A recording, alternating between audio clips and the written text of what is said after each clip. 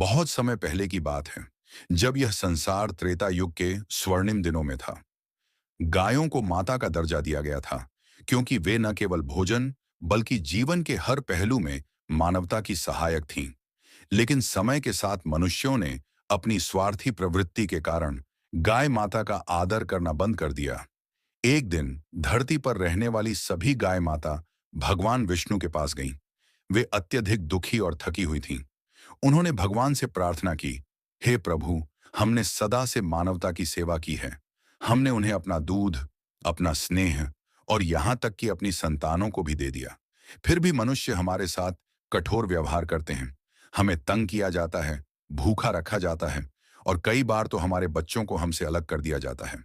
भगवान विष्णु ने गाय माता को सांत्वना दी और कहा, धैर्य रखो, यह संसार कर्मों पर आधारित है। समय के साथ सबका न्याय होगा।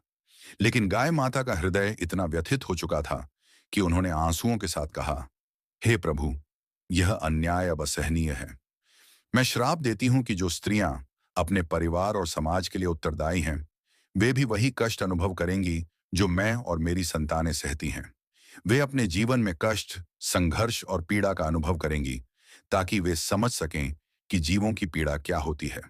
भगवान विष्णु मुस्कुराए और बोले, हे गौ माता, यह श्राप संसार के लिए एक चेतावनी बनेगा। परंतु याद रखना, स्त्रियां ही इस संसार में प्रेम, करुणा और सेवा का प्रतीक हैं। जब वे अपने भीतर की दया को पहचानेंगी, तो तुम्हारा यह श्राप भी आशीर्वाद बन जाएगा। इस श्राप का वास्तविक अर्थ यह था कि प्रकृति और प्राणियों का सम्मान न करने पर पूरे समाज को उसका खामियाजा भुगतना पड़ेगा। यह कथा हमें सिखाती है कि अगर मनुष्य अपनी जिम्मेदारी भूल जाए और जीव जंतुओं का तिरस्कार करे, तो यह पूरी मानवता पर प्रभाव डालेगा।